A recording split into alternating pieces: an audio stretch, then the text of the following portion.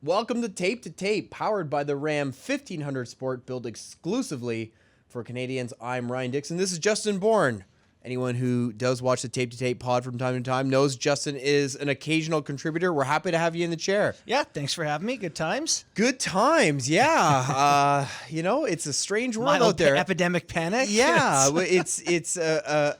it's getting its way into hockey talk here, Justin. We have to talk about the coronavirus a little bit. To do that, we're going to speak with Curtis Pashelka. He covers the San Jose Sharks, so we're going to get a sense for what's going on there, where at the moment, this is the first team that's really been impacted by the coronavirus because we don't really know what's going to go on with some home games there, and obviously things tend to change quickly here, but Curtis is going to catch us up to speed, but I was down at the Tampa Bay Lightning and Toronto Maple Leafs morning skate. We're recording this on Tuesday before they played Tuesday night. And it's a strange vibe down there, no doubt, because, of course, the mandate has come out that reporters are not allowed in the locker rooms now. So everyone's just kind of looking at each other being like, do you know how this is going to work? And we ended up in a little dumpy locker room that the Raptors usually do some press coverage in, so it's definitely a bit of an odd vibe out there. It's also weird that they're like, you can't have large gatherings of people, so we're gonna jam you all in a tight area. Yeah. Here's our solution. I mean, yeah, there's real concerns, and I appreciate that everyone is making attempts to address those concerns.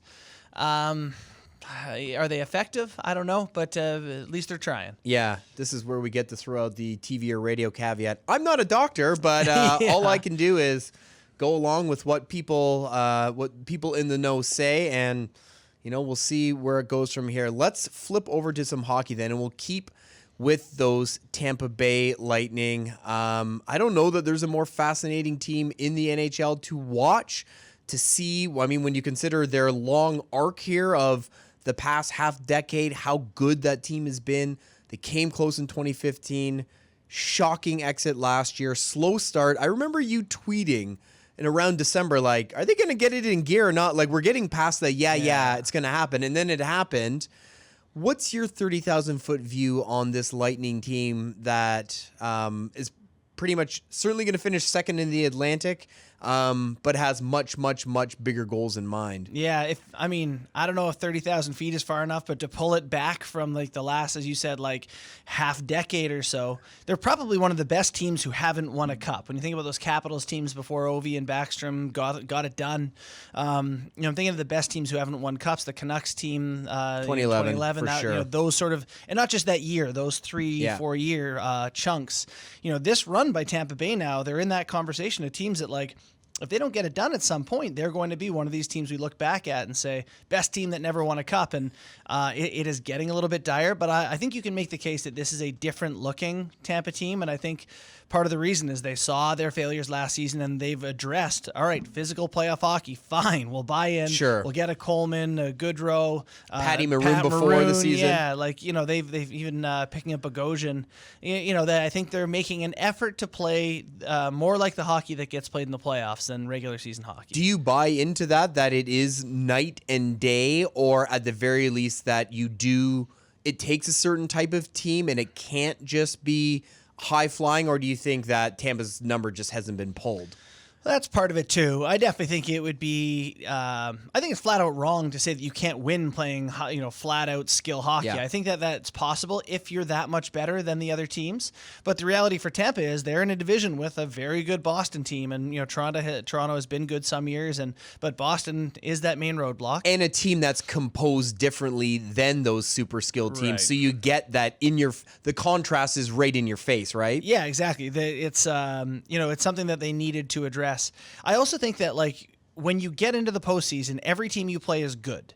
And that means that everyone plays tighter defensively, and it's tough. You have to play a different way to beat the good team. So what works in the regular season when you beat up on the lower half of the league, the playoff teams don't make those same mistakes, and so you're not able to use your skill to capitalize as easily. So you do have to go through people a little bit more, and I think, as we're saying, that they have addressed that to some extent. I can't think of a team that has done as good a job finding and developing players outside the first and second round than Tampa Bay.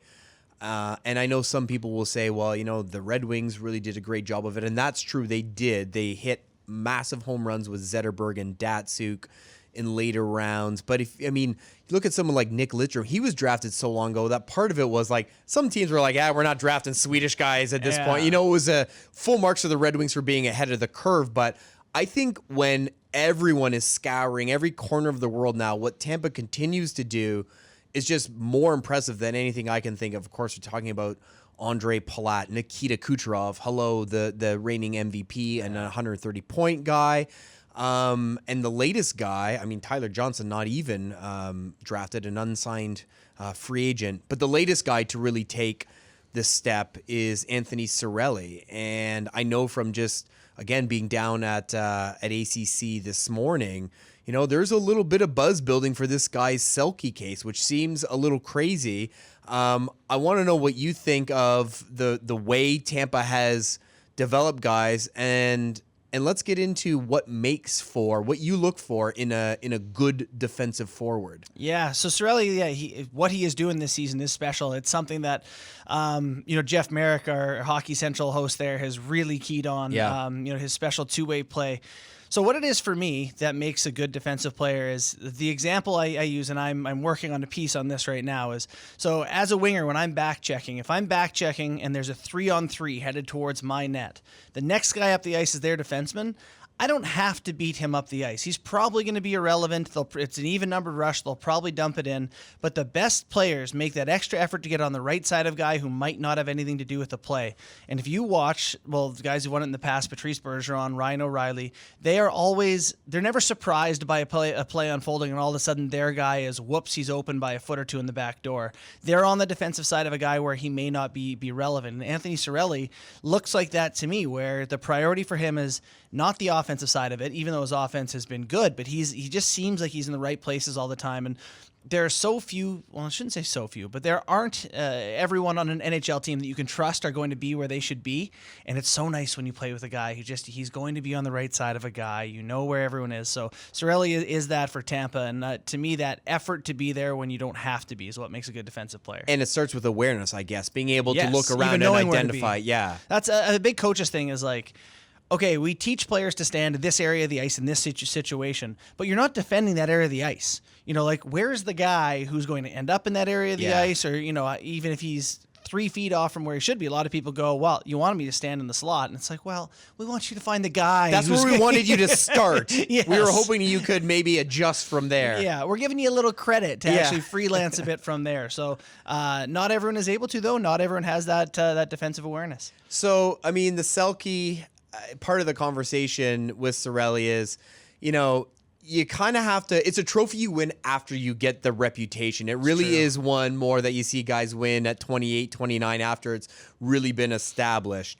But keeping with the awards talk, we are coming to the end of the line here, and it's funny, I was listening to an NBA podcast, and for most of the season, it was a slam dunk that Giannis Antetokounmpo was going to win, and all of a sudden, everyone was like, maybe LeBron could win it. Yeah. And I kind of feel like it's not exactly the same trajectory in the NHL, but there's been a lot of Draisaitl case closed. But as the Rangers creep into the playoff race, and Artemi Panarin gets some looks, maybe even Mika Zibanejad, and Nathan MacKinnon, the way he has guided that Colorado team through a season when they've had, really tough injuries to their next tier of guys, because McKinnon's in a tier of his own, but Rantanen and Landeskog are the stars also on that team. How do you see things shaking down? How do you handicap it here as we turn for home? It is interesting, isn't it, that there is like this late push. The Taylor Hall MVP trophy,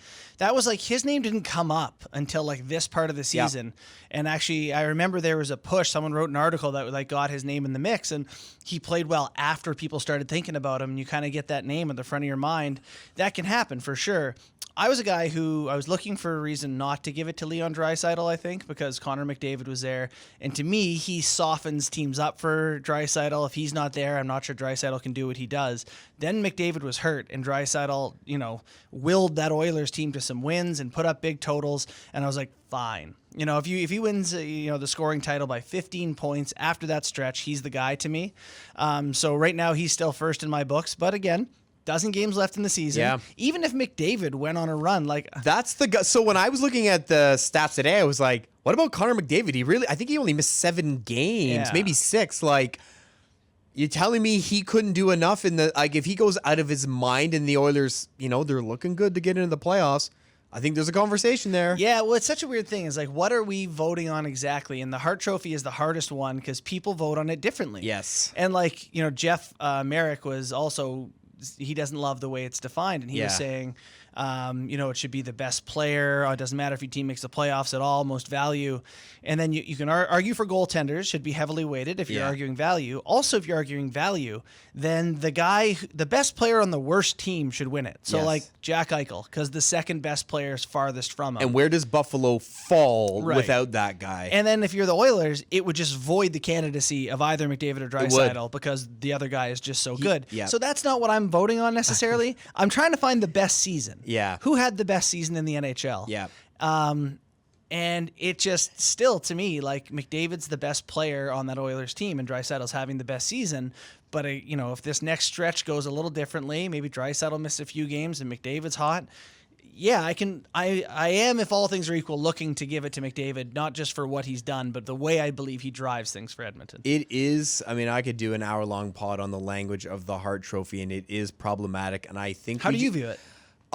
You phrased it basically exactly how I come to think about it. What you're really trying to do is identify the most unique or outstanding season, because the word valuable really does have a different meaning. Right. And I think you want to elevate or shine a light on the season that's kind of most worthy of celebrating. But all those sentences I just spat out are way too jumbled to be a definition of a major trophy. So we call it the MVP, right? But the idea that goalies can't win it, like in my mind, a goalie should probably be winning it every 4th year. Where's Winnipeg without Hellebuck this year? They're in 34th place. Absolutely, absolutely. So, yes, everyone can't exactly get on the same page with it, but the way you articulate it is more or less how I look at it. And I even mentioned that to Merrick, that's how I vote on it. And he was like, well, that's not the spirit of the award. And I was like, well, I don't know it is. Yeah, that's how I see it. Most outstanding player is closer. I think most outstanding season might be the title for me. All right. Well, we've got 3 weeks to go. So, yes, we'll see what may change. All right. Stick around on Tape to Tape. More to come. We're going to bring in Curtis Pashelka to talk about what is going on with the San Jose Sharks in the NHL as it pertains to the coronavirus. A little more to come here on Tape to Tape. Welcome back to Tape to Tape. If you're listening to this podcast, I think there's a pretty good chance you are into fantasy hockey. If so, make sure you check out the Sportsnet Fantasy Pool presented by RAM. Just go to sportsnet.ca/RAM. You can win cash prizes totaling $50,000. And the grand prize up for grabs, a 2020 RAM 1500 Sport. Justin, we just did some MVP chatter without mentioning a guy who has been awesome all season. At one point was chasing 50 and 50, is for sure going to get 50 goals and might win the Rocket Richard, David Pastrnak. Now, some people are going to look at Pastrnak and say, I think I could pop 30 on that line. Where do you come down on what Mr. Pasta, as they call him, brings to the Marchand Bergeron trio? Yeah, I do think if you were to pick the sweetest job in the league, it is playing that spot on that line. But I don't want to take anything away from him at all, because I think he scores a ton of goals on, maybe not quite as many, but pretty much every team. I think he's a near league leading point guard goal scorer.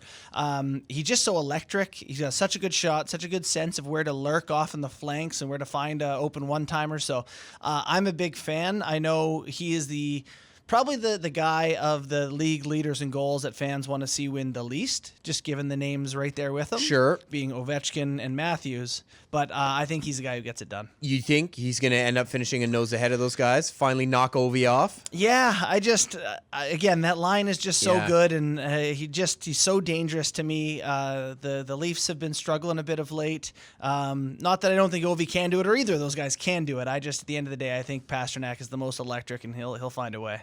All right. Well, you heard it here. Pasta for the Rocket. We will see how it shakes down in the home stretch. Stick around. One more block to come on Tape to Tape. Hey, time now for our overtime segment brought to you by Subway. No joke, Subway now delivers. Joining us this week for overtime, he covers the San Jose Sharks for the Bay Area News Group. It is Curtis Pashelka. Curtis, typically we're getting guys like you on the phone to talk about a team's performance, but very different situation going on right now with the coronavirus. Can you please just bring us up to speed and up to the minute, I guess, in terms of what is going on with the Sharks in terms of how this virus is going to impact their home games? Sure. Yeah. Obviously yesterday the Santa Clara County health officials said that they are banning large gatherings of people of more than 1,000 people. So that would include obviously sporting events and San Jose Sharks games. And so late last night, the Sharks sent out a statement that they would obviously abide by that decision.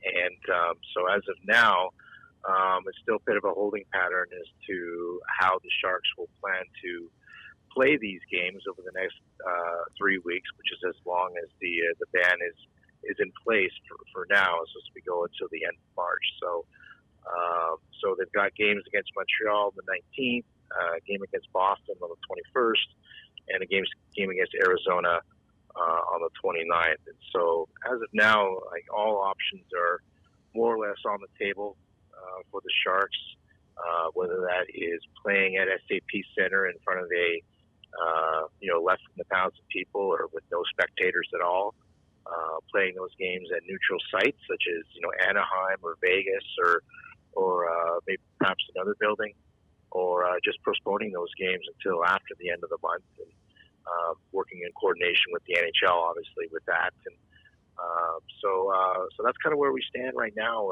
The Sharks practiced this morning before they flew out to Chicago, so they're out of town for the next 7 or 8 days, and we're coming back to play their first game on the 19th, whether that's here in SAP Center or at another building.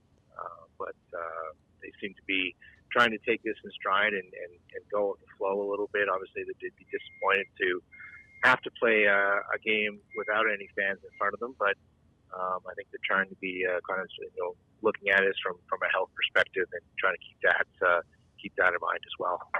It seems really unlikely that, we're looking back at this and saying, boy, we sure regret doing that. But I could see the opposite happening for some teams who are more hesitant to make a change like this, ending up regretting it. Do you get any sense that this will kind of become something that spreads, not unlike the virus, league-wide, this idea that fans should stay away and teams should play in front of no fans? Well, I think I don't think you rule anything out at this point.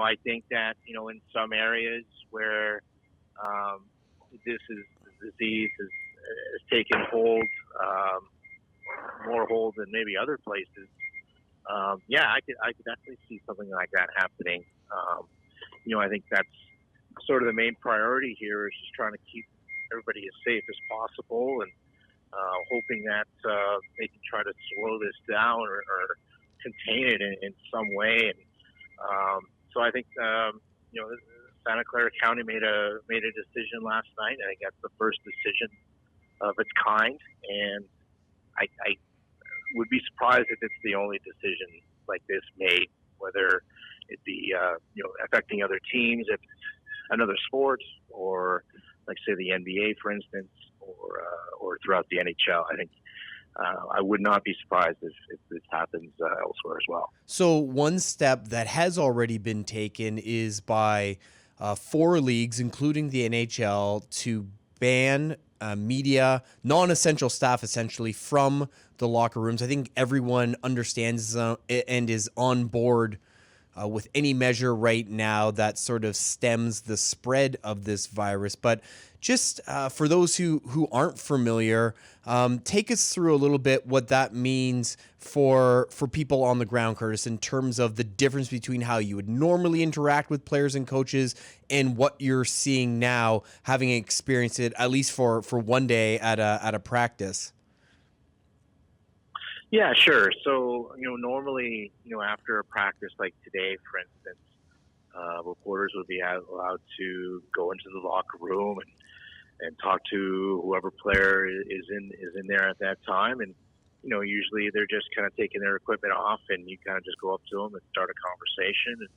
And it's there's no real restrictions necessarily. You're just going in there and doing your job and talking to players and trying to flesh out a story, for instance. And now, as of last Friday, that was the first day the Sharks had decided that they would not allow reporters into the dressing room, and that they would be having their players stand behind a podium with reporters maybe 3, 4, 5 feet away, asking questions in that manner. So it's a lot more formal now than maybe it was, before.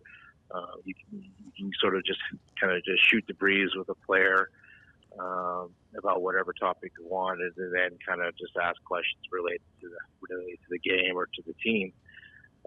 So now it's just a little bit more straightforward, and you can't really talk to players, in that kind of an informal way anymore. So as far as we know, this is kind of how it's going to be for the rest of the season. And I think Gary Bettman said over the weekend that it's nothing going to be permanent. They just going to try to take some precautions now. So it is an adjustment definitely for media trying to do their jobs. But we don't really have much choice in the matter right now. It's just this is the way it's got to be, and you kind of do the best you can. And this morning, for instance, there was a big group of reporters here, television stations and whatnots, and we were all kind of in a locker room here at the Sharks practice facility that's normally used by youth hockey teams and adult hockey teams and that kind of thing. It's just kind of a cramped room, and players just came up one by one and stood behind the microphone, and reporters were all kind of in the back of the room, 6, 7 feet away, and trying to ask questions that way. So it's just it's different. You don't quite get the access maybe you had before, but I think for everybody it's just a little bit of an adjustment right now, and just kind of see how it goes from here. Well, we'll leave it there, Curtis. Strange times for sure. Hopefully things get back to normal sooner rather than later, but tough to know exactly where this is going. We really appreciate you coming on and bringing us up to speed. Thanks, Curtis. Okay, no problem, guys. Thanks for having me. That is Curtis Pashelka. He covers the San Jose Sharks for the Bay Area News Group. Yes, not something we expect to be talking about on a hockey podcast, but here we are, Justin. It is a reality for everyone in the world. Obviously, much more grave things going on than sports, but it is impacting the game we cover. Thanks again to Curtis for joining us. Thanks so much to Justin for joining us on the Tape to Tape podcast. Make sure you're checking out all of Justin's fine work on Hockey Central at noon. Again, you can check out Curtis Pashelka. He covers the Sharks for the Bay Area News Group. He is on Twitter at Curtis Pashelka, Pashelk. Check out everything going on at sportsnet.ca. Come back next week for more glass rattling hockey action on Tape to Tape.